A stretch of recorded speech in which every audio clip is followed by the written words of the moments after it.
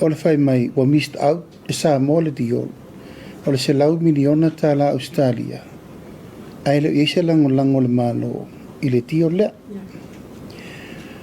mor si le fia le tātua tunu o le tau whatūlanga le fianga le malo le tio lea o mana mātou talanoa ma le malo Australia o le fund lea o le ua ui me le malo for the first time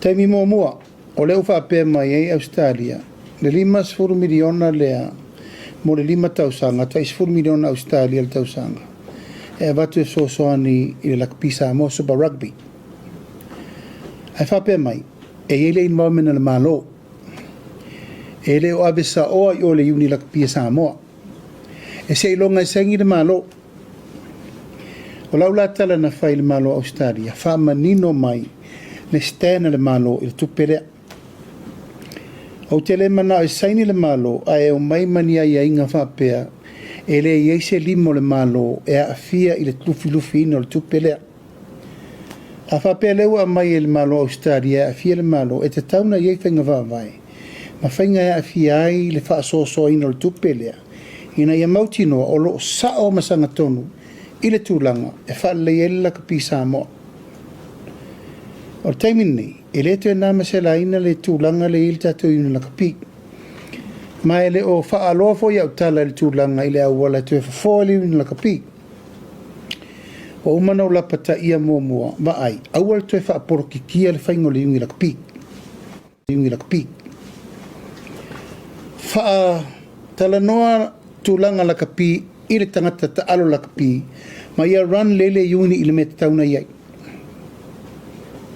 no wa mia lele ngatia no wa mia umalava tai fono ma perestene o yuni msaro yuni Samoa a tol sfurun mato i no fa lia lo ia lo manatu le vai oto o le u femel malo Australia e yele a yal malo Samoa fa tonton wel tu pelea moli yuni lakpi no tawolo le yel manatu le yel tinangalo le malo to titia tato le qualify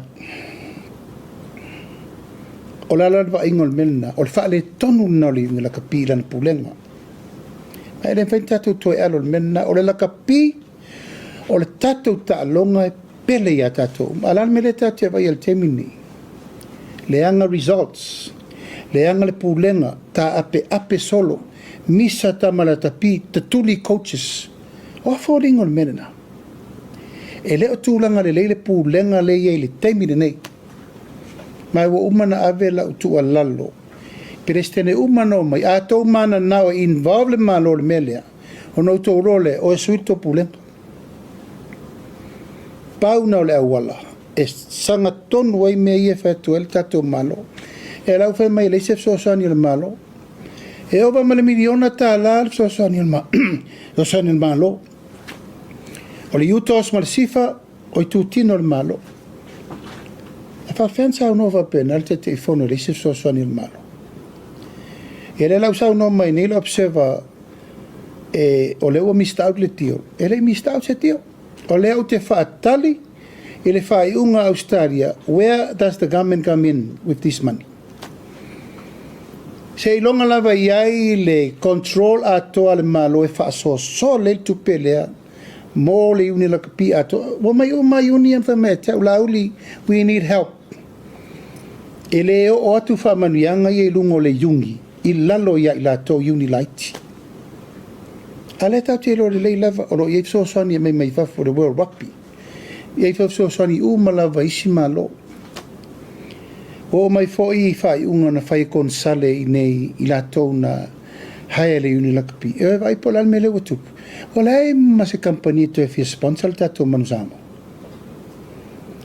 o mai foi la ia tau fai unga o so ngomana power tati ale suil pulen ele te fi sponsors da ele la tu e fa pena ile awole tunu al me lo tato vai ele o develop mai le si unifo le mona la capile o sa o fai le si franchise fo ava verta to manusamo ai sea wale la vala por kikire ya tato ne it destroy our rugby upsa ona ale faya la semelmena O te leilo po fe o il tatou i un lakpi.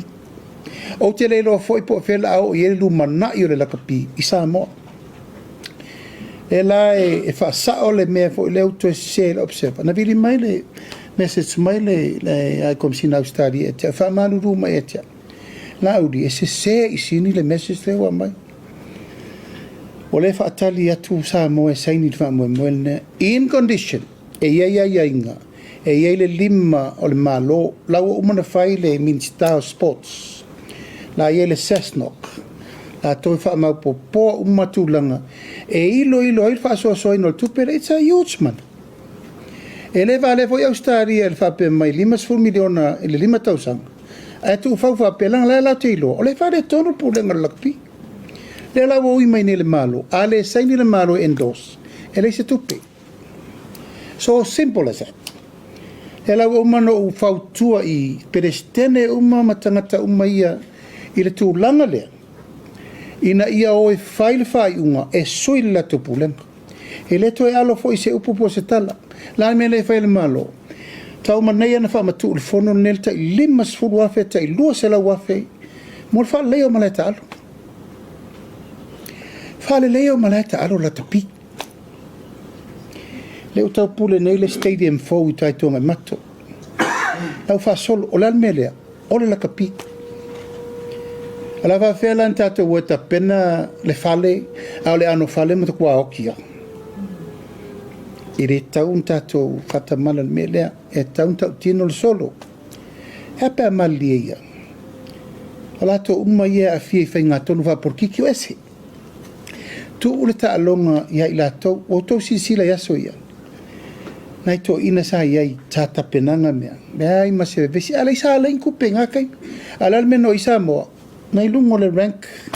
Tato pina ula lololangi sevens. Ala alme ukako i. Ukako whaia inga iau le kauri o lololangi. Eo i tu lango le musua. E ala no mai tamata alo. O le fatu mo le tulu. They pay their own fares. Nau tau whaalongo i tala coaches sai. They come with their heart to support their nation. Ia malama whauwhaunga lava. If you ofula moana mo le manusama. E se se le observer, again,